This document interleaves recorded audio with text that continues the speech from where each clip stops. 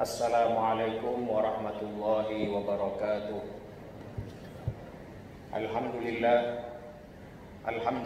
wa kafa, wassalatu wassalamu ala rasulihil mustafa, nabiyyina wa habibina wa maulana Muhammadin al-mujtaba wa ala alihi wa ashabihi wa man ihtada bihadihi wa istanna bisunnatihi min ahli sidqi wal wafa. Asyhadu an la ilaha illallah wahdahu la syarikalah wa asyhadu anna Muhammadan abduhu wa rasuluhu la nabiyya ba'dah, amma ba'd. Jamaah yang dirahmati Allah Subhanahu wa taala, puji syukur kehadirat Allah Subhanahu wa taala. Pada siang hari ini insyaallah kita akan kembali melanjutkan kajian hadis-hadis hukum, khususnya mengenai tema jenazah, penanganan jenazah atau hal-hal yang terkait dengan kematian yang ada dalam kitab Bulughul Maram yang disusun oleh Al-Imam Ibnu Hajar Al-Asqalani rahimahullah ta'ala. Pada pertemuan yang terakhir kita sudah membahas hadis yang ke-13 kalau nggak salah ya, yaitu hadis yang diriwayatkan oleh Sayyidah Aisyah radhiyallahu anha. Qalat, beliau mengatakan, kufina Rasulullah sallallahu alaihi wasallam fi thalathati athwabin bidin sahuliyatin min kursufin. Bahwa Rasulullah sallallahu alaihi wasallam dikafani oleh para sahabat yang menangani jenazah beliau dengan 3 lembar kain. Bidin yang warnanya putih, sahuliyatin min kursufin yang jenisnya itu adalah jenis katun yang terbuat dari kapas. Laisa fiha qamisun wala imamatun, yang mana kain itu, kain katunnya itu atau kain kafannya itu bukanlah dalam bentuk qamis. Qamis itu artinya baju yang umumnya punya lengan. Jadi kalau baju yang kita pakai itu qamis ya. Jadi Rasulullah SAW dikafani dengan kain yang kain los ya, kain yang tidak atau bukan merupakan baju yang memiliki lengan. Wala imamatin atau wala laisa fiha qamisun, tidak atau bukan berupa baju, wala imamatun, dan juga tidak pula dikenakan sorban. Jadi Rasulullah SAW dikafani oleh para sahabat itu dengan cara seperti itu. Al-haditsu muttafaqun alaih. Hadis ini diriwayatkan oleh Imam Bukhari dan Muslim. Jadi hadis ini menjadi dasar bahwasanya seorang itu kalau meninggal, cara pengkafanannya adalah dengan 3 lembar kain kalau dia laki-laki. Kalau perempuan itu dalam riwayat lain disebutkan dengan 5 lembar kain. Mengapa? Karena perempuan itu waktu di dunia mereka atau waktu masih hidup mereka disyariatkan untuk menutup aurat dengan lebih rapat dibanding laki-laki. Maka ketika meninggal pun mereka disyariatkan untuk dikafani dengan cara yang lebih rapat dibanding laki-laki juga. Kalau laki-laki cukup dengan 3 kain, 3 lembar kain. Kalau perempuan itu dengan 5 lembar kain. Tentang bagaimana cara mengkafaninya itu dikembalikan kepada kebiasaan masing-masing. Yang penting adalah dengan 3 kain itu ditutup aurat dengan baik, bagian bawah, atas, dan kemudian ditutup rapat semuanya sampai dengan kepala. Mau talinya 5, mau 3, mau 7, itu bebas. Tidak ada dasarnya, itu diserahkan kepada kemaslahatan dan kebiasaan masing-masing. Mau dikasih tali 7, karena biasanya menali kafannya 7, tidak masalah. Mau 5, tidak masalah. Mau 3 kalau cukup dipandang memadai juga tidak masalah. Ini ya, yang penting dengan kain kafan 3 lembar, sunnahnya begitu. Meskipun ini juga tidak wajib. Mengapa? Karena ada dalil lain ya, yang sudah kita pernah bahas sebelumnya. Ada seorang yang sedang ihram, dia meninggal, jatuh dari kendaraannya, dari ontanya, dari binatang kendaraannya itu, kemudian meninggal. Maka dia dikafani dengan baju ihramnya. Baju ihram itu kan hanya 2 ya, hanya 2 lembar saja boleh. Bahkan dalam riwayat ada juga yang dikafani dengan selembar kain, karena memang nggak ada, tidak ada didapati kain yang bisa untuk menutup secara sempurna, didapati hanya satu lembar kain saja, maka tidak masalah. Misalnya ada orang meninggal di satu tempat yang kena musibah, sehingga susah mencari kain yang 3 lembar, adanya satu kain sarung pun umpamanya, boleh juga ditutupkan sarungnya di bagian yang paling penting untuk ditutup, yaitu bagian auratnya dari bawah lutut sampai di atasnya pusar. Umpama hanya didapati satu kain saja yang tidak bisa menutup sekujur tubuhnya. Jadi Islam itu mudah. Islam itu mudah. Jadi kita belajar fikih itu dari sumbernya langsung, dari hadis-hadisnya itu, agar kita tahu mana yang menjadi aturan bakunya, mana yang bisa dimodifikasi. Di aturan bakunya seperti itu. Kain lebih utamanya atau lebih sempurnanya kain kafan 3 lembar. Caranya gimana terserah. Yang penting menutup aurat si mayit itu. Maka tradisi orang Indonesia mungkin berbeda dengan tradisi orang-orang di Arab. Cara mengkafaninya, yang penting menutup auratnya. Kalau perempuan 5 lembar ini ya. Bahkan hadis yang berikutnya itu juga menunjukkan ada orang yang dimakamkan dengan baju komis. Komis itu yang tadi ada lengannya. Kalau non muslim biasanya ya, satu agama tertentu itu kan ada juga. Kalau orang meninggal dipakai jas biar kelihatan ganteng. Nah, itu dalam Islam makruh ya. Dilarang tapi tidak sampai haram. Maksudnya kalau tuntunannya adalah tadi dikafani secara dengan kain kafan yang tanpa ada komis, yang tanpa ada lengan, nggak ada jahitan. Tapi umpama pun ada yang seperti itu, terpaksa misalnya tadi dia meninggal di satu tempat, dia pakai celana, pakai baju, nggak ada kain apapun yang bisa untuk mengkafani dia. Umpama satu kejadian mungkin saja terjadi di tengah hutan atau lain-lain, nggak apa-apa, dia dimakamkan dengan bajunya dan celananya itu. Ini menunjukkan betapa syariat Islam itu adalah syariat yang fihi yusrun, ya. Ada kemudahan yang diajarkan oleh Rasulullah SAW. Nah, hadis yang berikutnya yang ke-14 ini adalah contoh bagaimana orang yang dimakamkan dengan komis, dengan bajunya, dengan baju ya, bukan dengan bajunya tapi dengan baju. Kita akan bacakan ya. An Ibnu Umar radhiyallahu anhuma, dari sahabat Ibnu Umar, yaitu Abdullah bin Umar radhiyallahu anhuma.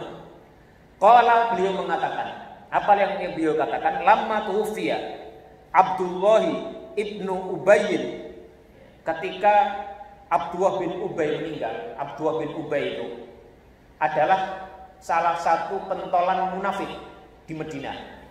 Dia adalah salah satu tokoh bangsawan di sana yang tidak suka dengan kedatangan Rasulullah SAW ke kota Madinah, sehingga bisa mengganggu reputasi dia dan ambisi dia untuk menjadi tokoh selama hidupnya di Madinah. Maka dia menampakkan keislaman, tapi hatinya itu tidak beriman. Maka inilah orang munafik yang sejati, atau munafiknya munafik dengan nifaq i'tiqadi. Orang yang munafik nifaknya munafik jenisnya jenis nifaq i'tiqadi, yang hatinya memang tidak beriman. Jadi munafik itu ada munafik i'tiqadi, ada munafik amali. Munafik amali itu ya yang tanda-tandanya disebutkan Nabi, misalnya ayatul munafiqi salasun. Tanda-tanda orang munafik ada 3. Idza wa'ada akhlafa. Kalau dia berjanji dia tidak menepatinya. Wa idza tumina khana. Kalau dia dipercaya dia berkhianat. Idza haddatsa kadzaba. Kalau dia bicara dia bohong. Idza wa'ada akhlafa. Kalau dia berjanji tidak menepati. Wa idza tumina khana. Dipercaya dikasih amanah, khana dia berkhianat. Itu maksudnya adalah nifaq amali, yang sama-sama dosa besar. Tapi kalau nifaq i'tiqadi itu yang ancamannya nanti fitaril asfali minan nar, berada di kerak neraka jahanam yang paling dasar. Nah, kalau nifaq amali, orang yang tadi munafiknya munafik amalnya saja, prakteknya tadi ada bohong, ya dia masih mukmin, masih muslim, tapi fasik, ya. Banyak berbuat dosa dengan sikap nifaknya itu, yaitu berbohong, tidak amanah, atau menyalahi janji, mengingkari janji, atau tidak menepati janji. Nah, Abdullah bin Umar bercerita bahwa ketika Abdullah bin Ubay ini meninggal, karena dia itu meninggal, maka karena dia menampakkan diri sebagai seorang muslim secara zahir, maka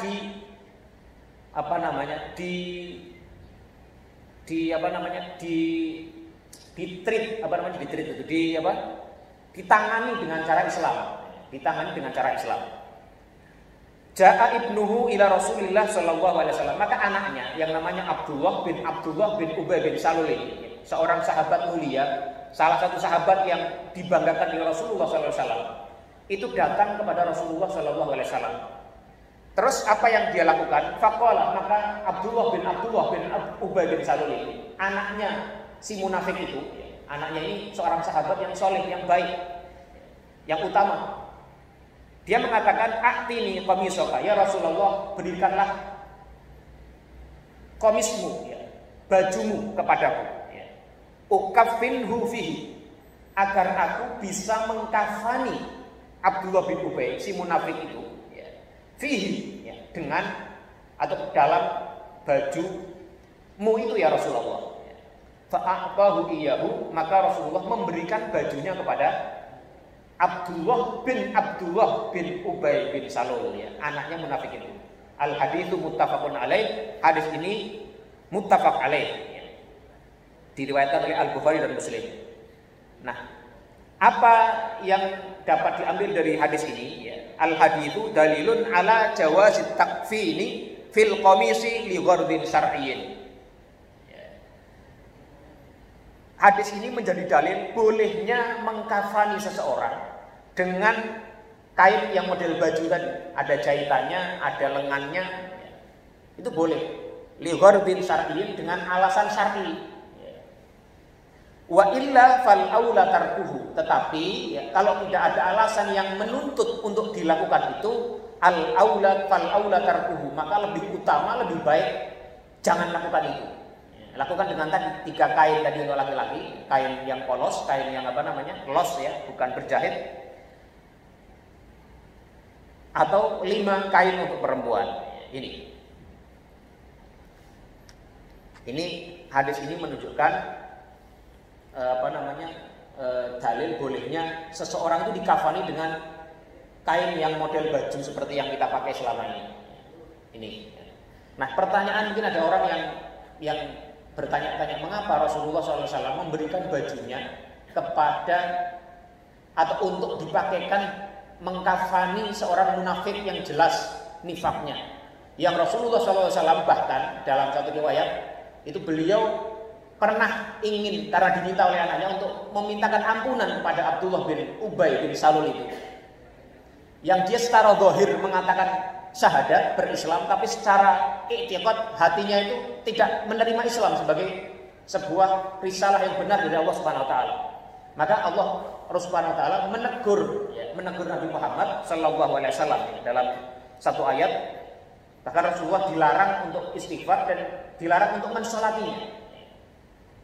Jadi orang kalau munafik i'tiqadi, yang aslinya nggak percaya, nggak yakin, beriman dengan Rasulullah, dengan Allah dan Rasulnya, dengan Allah sebagai satu-satunya Tuhan dan Rasulullah sebagai utusan Allah, orang seperti ini tidak layak untuk disolati.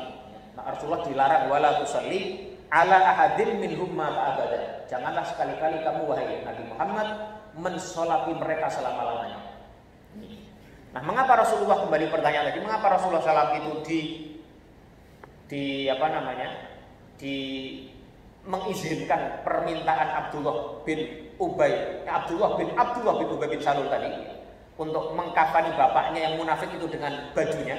Yang pertama, ada para ulama itu menjelaskan karena itu bentuk penghormatan Rasulullah kepada putranya itu, yang Abdullah bin Ubay tadi. Yang kedua, ya, alasannya adalah karena meskipun Abdullah bin Ubay bin Salul itu adalah seorang munafik, tapi dia itu pernah berjasa ketika perang Badar. Paman Rasulullah yang bernama Al-Abbas itu ditawan oleh kaum muslimin. Yang waktu itu Al-Abbas, ayahnya Abdullah bin Abbas, itu belum masuk Islam. Ikut perang Badar, ditawan oleh kaum muslimin, dan dia entah karena perang atau situasi yang sulit, dia tidak punya baju. Akhirnya dicarikan baju. Yang ada itu adalah bajunya Abdullah bin Ubay bin Salul tadi, yang cocok dengan Al-Abbas. Akhirnya Al-Abbas diberikan baju dengan bajunya Abdullah bin Ubay bin Salul. Dan karena itulah Rasulullah ingin membalas jasanya Abdullah bin Ubay ini dalam bentuk memberikan bajunya untuk Abdullah bin Ubay bin Salul yang munafik itu. Jadi ini adalah bentuk muamalah insaniyah, bentuk interaksi sosial yang Rasulullah SAW lakukan kepada orang-orang di sekitarnya. Mau dia itu munafik, mau dia mukmin, mau dia kafir, Yahudi, ya, selama dia di situ, apalagi sudah meninggal seperti itu, Rasulullah menggunakan muamalah insaniyah yang sedemikian mulia. Beliau berikan bajunya kepada anaknya yang sahabat, yang seorang sahabat yang mulia, Abdullah bin Ubay, untuk dipakaikan kepada bapaknya yang munafik itu. Memang ada orang yang kemudian bercerita, ada katanya Abdullah bin Ubay bin Salul yang munafik itu dikuburnya tidak diazab karena dengan baju Rasulullah itu. Tapi ini tidak ada dasarnya satupun hadis yang sahih yang dasar itu. Karena itu kita tidak boleh memastikan itu, karena tidak ada dasarnya yang sahih apakah benar Abdullah bin Ubay bin Salul yang munafik itu tidak disiksa di alam kubur karena berkahnya bajunya Rasulullah SAW. Ini tidak ada riwayatnya, tapi ada orang yang mungkin kalau ada bapak ibu yang pernah mendengar cerita itu tidak ada dasar satupun yang sahih mengenai hal itu. Karena itu kita tidak bisa yakini itu sebagai sebuah kebenaran. Kenapa? Karena hal itu adalah hal yang gaib yang kita tidak bisa yakini kecuali ada dasar yang sahih, ada bukti yang nyata mengenai hal itu benar atau tidaknya. Ini ya. Kemudian hadis yang berikutnya, hadis yang ke-15. An Ibni Abbasin radhiyallahu anhuma anna Nabiyya sallallahu alaihi wasallam qala. Dari Ibnu Abbas, ini anaknya sahabat yang kita ceritakan barusan, yaitu anaknya Abbas yang masuk Islam ketika Fathu Makkah kalau nggak salah ya. Punya anak namanya Abdullah juga. Jadi sahabat itu ada dua Abdullah yang hebat. Ada Abdullah bin Abbas sama Abdullah bin Umar. Itu dua Abdullah yang istimewa karena dua-duanya ini termasuk dua Abdullah yang paling banyak meriwayatkan hadis. Ada lagi satu lagi Abdullah bin Amr. Dan ini di sini riwayat dari Abdullah bin Abbas radhiyallahu anhu. Dia mengatakan anna Nabiyya sallallahu alaihi wasallam qala, bahwasanya Nabi Muhammad sallallahu alaihi wasallam itu bersabda, "Ilbasu min thiyabikum al-bayadha." Pakailah oleh kalian dari pakaian-pakaian itu al-bayadha, kain yang berwarna putih. Ini. Fa innaha min khairi thiyabikum, karena baju warna putih itu adalah termasuk dari baju yang paling baik dari baju-baju kalian. Jadi ini perintah dari Rasulullah yang sifatnya lil istihbab, ya, perintah yang sifatnya untuk sunnah saja, bukan wajib. Jadi kalau ada perintah Rasul, itu tidak semuanya perintah itu bermakna sebuah kewajiban. Jadi kalau dalam ilmu usul fikih, dalam memahami fikih, ya, memahami dalil, itu kita harus mengerti teori itu. Jadi tidak semua perintah Nabi itu adalah sesuatu yang wajib. Ada yang sifatnya hanya sunnah, bahkan ada yang perintah itu sifatnya hanya mengindikasikan bolehnya sesuatu itu dilakukan. Demikian pula dengan larangan. Larangan itu ada yang artinya adalah larangan haram dilakukan, tapi ada yang artinya hanya sebatas makruh saja, sebaiknya ditinggalkan. Ada yang seperti itu. Nah, bagaimana cara memahaminya? Itu mengerti ilmu usul fikih, kemudian membandingkan dengan dalil-dalil yang lain.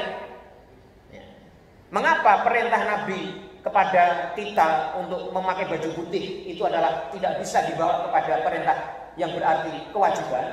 Karena banyak riwayat yang menyebutkan tidak selamanya baju yang dipakai itu adalah putih. Ada yang katakan warna hijau, ada yang lain-lain. Jadi artinya itu hanya ingin menunjukkan bahwa baju putih itu adalah memiliki keutamaan tersendiri. Itu. Wa kafinu fiha mautakum, dan kafanilah fiha, dengan kain yang putih itu, mautakum, orang-orang yang meninggal di antara kalian. Ya, rawahul khamsatu illa Nasa'i. Hadis ini diriwayatkan oleh Al-Khamsah. Al-Khamsah itu namanya Bukhari, Muslim, Ibnu Majah, Abu Dawud dan Nasai. Tetapi illa Nasai disebutkan di sini selain An-Nasai. Jadi diriwayatkan oleh yang empat, imam yang empat, was-Sahih Tirmidzi, dan hadis ini disahkan oleh At-Tirmidzi. Ya, jadi hadis ini menjadi dasar lagi bahwasanya sebaik-baik baju itu adalah baju putih dan sebaik-baik kafan itu adalah kafan yang putih. Makanya kalau ada orang meninggal adanya kafan motifnya batik misalnya, ya nggak apa-apa. Adanya sarung, kain sarung yang biasa kita pakai untuk ini sehari-hari, ya nggak apa-apa, pakai saja, itu boleh. Tapi lebih utama kalau didapati kain yang putih. Misalnya ada kainnya merah, merah. Ini bukan ngomongin partai. Adanya kain merah ditemukan di hutan itu, enggak hanya kain merah. Ya sudah nggak apa-apa, pakai kain merah itu untuk kafannya. Ada yang hijau, ya sudah hijau. Kuning, ya kuning, nggak ada masalah. Tapi kalau ada keluasan ya untuk mendapatkan kain putih, maka disunahkan untuk mengkafani orang-orang yang meninggal di antara kita itu dengan kain yang putih. Ini. Ada juga hadis yang lain yang senada ya, Rasulullah SAW juga bersabda, diriwayatkan oleh An-Nasai juga, qala ilbasu min thiyabikum al-bayadha, pakailah dari pakaian kalian al-bayadha, pakaian yang putih, fa innaha athharu wa atyabu, karena yang putih itu lebih kelihatan bersih dan lebih baik. Wa kafinu fiha mautakum, dan kafanilah orang-orang yang meninggal di antara kalian dengan kain putih tersebut. Ini. Ya. Hadis yang berikutnya, hadis yang ke-16. Kalau ada bapak-bapak yang ingin bertanya, silakan langsung angkat tangan saja. Ya. Tidak perlu harus menunggu sampai selesai ya, agar bisa diingat mana yang perlu diperjelas atau ada yang ingin ditanggapi, saya silakan. Yang hadis yang ke-16. An Jabirin radhiyallahu anhu, dari sahabat Jabir radhiyallahu anhu qala, beliau mengatakan, qala Rasulullah sallallahu alaihi wasallam, Rasulullah SAW bersabda, idza kaffana ahadukum akhahu, jika salah seorang di antara kalian mengkafani saudaranya yang sudah meninggal, falyuhsin kafanahu, maka hendaklah dia memperbaiki kafannya atau memperbagus kafannya. Rawahu Muslim, hadis ini riwayat Imam Muslim. Nah, dari hadis ini, ma'asyiral muslimin yang dirahmati Allah Subhanahu wa taala, al haditsu dalilun ala anna tahsina kafanil mayyiti amrun matlubun, bahwa memperbagus kafan mayit atau jenazah itu adalah sesuatu yang diperintahkan dalam syariat. Wa dzalika bi ayyakuna hasanan fi dzatihi, dan itu maksudnya adalah kafannya itu ya, itu dalam keadaan bagus. Fa yakunu abyadu nadhifan satiran li jami'i badanil mayyit. Standar bagusnya seperti apa? Kalau syarah ini mengatakan yang disebut hasan itu ya, al-kafanul hasan itu, kafan yang baik itu adalah fayakunu abyadha, yaitu yang putih, nadhifan yang bersih, satiran yang menutup li jami'i badanil mayyit. Ini ya. Jadi yang bagus itu maksudnya seperti itu. Yang bersih, kalau kainnya putih yang bersih. Kalau ada noda-noda sebaiknya ya dibersihkan dulu nodanya. Jadi orang itu disunahkan pakai pakaian yang baik-baik, yang bagus-bagus. Sama mayat pun disunahkan dikafani dengan cara yang bagus dan dengan kafan yang bagus juga. Ya. Tetapi ya banyak para ulama itu memberikan warning juga, memberikan peringatan. Jangan sampai keliru dipahami bahwa orang itu harus berlebih-lebihan dalam memperbagus kafan. Seperti Imam Nawawi misalnya dalam syarah Nawawi ala Sahih Muslim itu diriwayatkan beliau mengatakan begini, beliau dalam kitab itu mengatakan begini, al-muradu bi ihsanil kafani, yang disebut dengan memperbagus kafan itu adalah nadhafatuhu, bersihnya kafan itu, wa naqauhu, dan jernih, maksudnya yaitu enggak ada noda, ya enggak potongannya juga enggak semrawut gitu ya. Wa katafatuhu, yang bisa enggak nerawang, enggak transparan. Jadi mayat itu ditutup itu bisa tertutup auratnya, tertutup badannya dengan baik, bukan yang transparan. Baju putih bersih tapi tipis ya, menerawang, transparan, itu juga enggak bagus. Ini wa katafatuhu wa satruhu wa tawassutuhu, dan juga menutup auratnya. Walaisal muradu bi ihsanihi as-sarafu wal mughalatu. Tidak dimaksudkan dengan ihsan dalam mengkafani itu adalah berlebih-lebihan. Ini wallahu taala alam. Kemudian hadis yang ke-17, wa an Jabirin radhiyallahu anhu, dari sahabat Jabir radhiyallahu anhu qala, beliau mengatakan, kana Nabi sallallahu alaihi wasallam yajma'u bainar rajulaini min qatla Uhudin fi thawbin wahidin. Bahwa Rasulullah sallallahu alaihi wasallam menggabungkan antara dua orang mayit laki-laki min qatla Uhudin, dari korban perang Uhud, fi thawbin wahidin, dalam satu kain. Tsumma yaqulu, kemudian beliau mengatakan, ayyuhum aktsaru akhdan bil Quran, siapakah di antara mereka itu yang lebih banyak hafalan Qur'annya, fayuqaddimuhu fil lahdi, maka mendahulukannya yang masuk ke dalam lahat itu. Walam yuwassalu walam yusalla alaihim, dan mereka orang-orang yang syahid, yang gugur di medan perang pertempuran melawan orang-orang kafir itu, mereka tidak dimandikan dan juga tidak disolati. Ini ya. Al-hadits rawahu al-Bukhari, hadis ini riwayat Imam Bukhari. Nah, ma'asyiral muslimin rahimakumullah, hadis ini menjadi dalil ya dibolehkannya memakamkan dua orang dalam satu lubang kuburan. Idza da'atil hajatu ila dzalika. Kalau memang kondisi mengharuskan seperti itu, perang Uhud banyak yang luka-luka di antara para sahabat. Kemudian yang korbannya juga banyak, untuk menggali tanah itu juga mungkin bukan hal yang mudah. Setelah perang yang boleh dibilang ada kekalahan di kalangan umat Islam, meskipun kata kalah dalam perang Uhud ini sebenarnya juga tidak tepat juga. Tapi situasi sangat sulit, maka Rasulullah SAW di antara keadaan itu kemudian mengharuskan beliau itu mengubur dua orang di dalam satu lubang. Tapi Rasulullah kemudian meminta orang yang lebih banyak hafalannya itu didahulukan. Ini juga menunjukkan fadilah hafalan Al-Quran di dunia ya. Didahulukan dalam proses pemakaman jika ada lebih dari satu orang yang meninggal bersama-sama. Itu ya.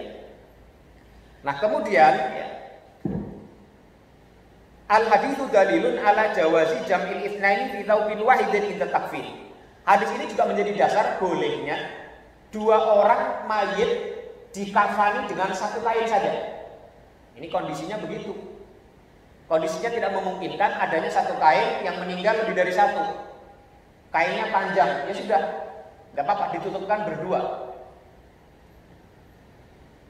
Sehingga dua orang itu berada di satu kafan yang sama. Nah, hadis ini tadi itu memiliki dua ihtimal. Ihtimal itu ada dua kemungkinan pemahaman yang berbeda. Bisa dipahami maksudnya dikafani dalam satu kafan itu, satu kain itu adalah mereka itu dikuburkan satu bersama-sama. Tapi ada juga dalam satu kafan, sebagaimana hukum yang tadi barusan kita sebutkan. Tapi ada ihtimal ats-tsani, kemungkinan yang kedua, itu maksudnya adalah memotong dua kain yang seharusnya cukup untuk satu orang, tapi dipotong dua, ya. Qad ustaubil wahidi bainahuma nisfaini, dipotong jadi dua. Wa yukaffanu kullu wahidin ala hiddatin. Dan dikafani masing-masing dengan sepotong dari satu kain tadi. Setengah potong berarti apa? Setengah kain tadi. Jadi umpama kainnya 1 meter umpama, atau ya 1 meter umpama. Mau dipakai dua-duanya tidak cukup. Ya udah potong jadi dua. Yang penting menutup aurat utamanya saja. Aurat yang utama, yaitu aurat yang ada di atas lutut sampai pusat. Itu dalam kondisi yang memang tidak memungkinkan seperti itu. Dalam bencana alam mungkin ya, atau di tengah hutan bisa saja kejadian seperti itu. Ini ada solusinya. Bisa dimakamkan bersama-sama satu kain ya, ditumpuk. Yang lebih soleh, yang dianggap lebih soleh, lebih baik hafalan Al-Qur'annya, lebih banyak hafalannya itu didahulukan di bawah. Sehingga dia masuk ke liang lahat lebih dulu. Karena apa? Karena mendahulukan atau menyegerakan memakamkan jenazah atau mayit itu salah satu hal yang utama. Ini ya. Atau dipotong jadi dua kainnya, ditutupkan secukupnya menutup aurat yang bisa ditutup dari aurat yang utama khususnya itu. Kemudian hadis ini juga menjadi dalil ya alla anna syahidal ma'rakati la yuksal atau la yuwassal, bahwa jenazah orang-orang yang mati syahid dalam peperangan melawan orang-orang kafir itu tidak perlu dimandikan. Karena apa? Karena darah mereka itu akan berbau wangi saat mereka dibangkitkan oleh Allah Subhanahu wa taala di hari kiamat nanti. Ini sesuai dengan hadis Rasulullah riwayat Imam Ahmad wa isnadu sahih, sanadnya sahih. Beliau mengatakan la tughassiluhum. Ketika perang Uhud usai ya, para sahabat banyak yang menjadi korban. Rasulullah mengatakan la tughassiluhum, jangan kalian mandikan mereka. Fa inna kulla jurhin au kulla damin yafuhu miskan yaumal qiyamah. Karena seluruh luka-luka atau darah yang menetes dari mereka itu yafuhu miskan akan menebarkan ya, bau seperti misik ya, seperti kesturi, bau yang wangi nanti yaumal qiyamah pada hari kiamat. Ini. Adapun orang-orang yang oleh Rasulullah disebut sebagai mati syahid, syahid akhirat ya. Syahidnya syahid di akhirat saja, seperti orang yang mati karena melahirkan. Itu syahid juga oleh Rasulullah disebutkan seperti itu. Orang yang mati karena tenggelam, itu syahid juga. Orang yang mati karena terbakar ya, itu syahid. Tapi syahidnya syahid dunia. Mereka diperlakukan, kalau memungkinkan diperlakukan sebagaimana kita memperlakukan mayit yang normal. Ada orang mati tenggelam, terus badannya masih bagus, masih belum lunak, belum rusak ya, belum rusak. Ya udah dimandikan sebagaimana kita mandikan jenazah yang normal. Meskipun mereka dapat pahala orang syahid nanti di akhirat. Ini. Kemudian yang berikutnya al-haditsu dalilun ala anna syahida la yusalla alaihi. Orang-orang yang mati syahid juga tidak disolati. Ini pendapatnya mazhab Maliki, Syafi'i dan Ahmad. Imam Ahmad bin Hambali ya. Tapi ada pendapat lain dalam mazhab Hanafi yang mengatakan annahu yusalla alaihi, bahwa orang yang mati syahid itu masih perlu disolati atau disolatkan. Karena ada riwayat lain di hadis yang lain juga bahwa Rasulullah SAW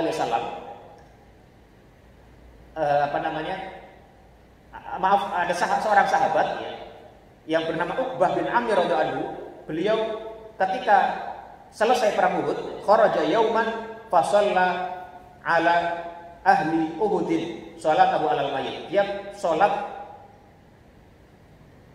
menyolati ya, jenazah syuhada perang Uhud sebagaimana beliau menyolati mayit yang ada pada umumnya. Jadi fikih itu begitu. Sering ada dalil yang berbeda-beda. Yang satu A, satu B.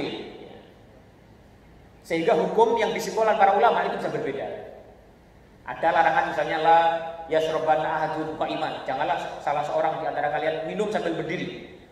Kata-katanya pakai taukid, la yasrobanna, janganlah sekali-kali.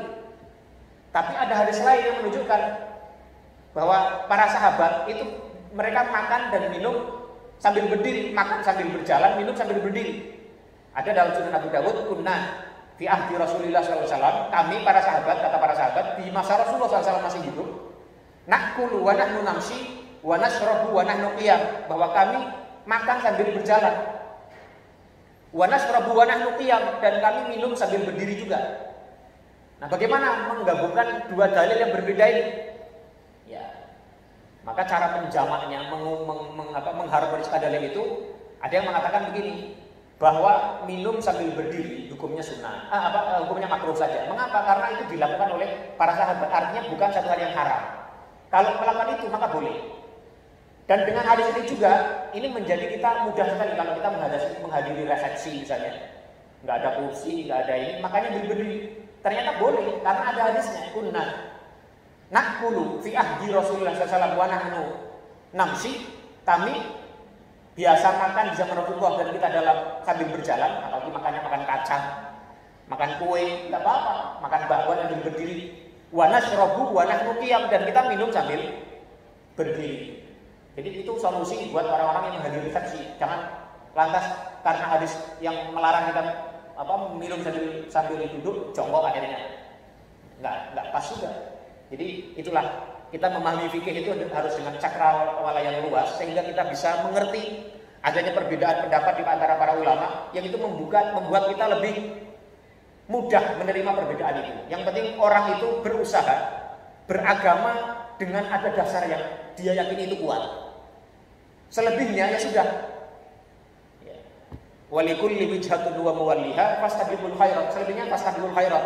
Masing-masing berupaya untuk mendapatkan yang terbaik, mendapatkan yang paling benar menurut keyakinan masing-masing, menurut guru yang dia yakini lebih integritasnya lebih bagus, kealimannya lebih bagus. Jadi jangan mudah mencela kalau ada orang yang berbeda pendapat dengan kita, karena mungkin saja mereka punya dalil yang belum kita ketahui. Ini ya.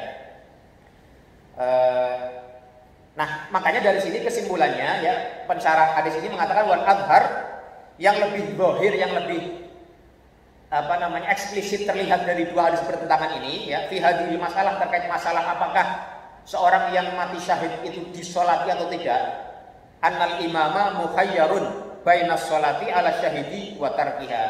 Seorang imam, pemimpin agama ya, tokoh agama yang memimpin masyarakat itu boleh memilih antara mensolati orang yang mati syahid atau tidak. Karena limaji'il athari bikulli wahidin minal amrayni. Karena banyak adanya asar ya, riwayat yang menyebutkan dua hal yang bertentangan antara satu dengan yang lainnya. Wallahu a'lam bishawab. Ada yang ingin bertanya atau menyampaikan pandangannya, silakan sebelum kita tutup. Ada? Kalau nggak ada, kita cukupkan sekian saja. Ya, mudah-mudahan kajian ini bermanfaat untuk kita menambah ilmu dan iman kita serta ketakwaan kita kepada Allah Subhanahu wa taala, sehingga kualitas keimanan dan kualitas beragama kita, berislam kita lebih baik daripada waktu-waktu sebelumnya. Wassallallahu ala nabiyyina Muhammadin wa ala alihi wa sahbihi wa sallama tasliman katsiran. Subhanakallahumma wa bihamdika asyhadu an la ilaha illa anta astaghfiruka wa atubu ilaik. Wassalamu alaikum warahmatullahi wabarakatuh.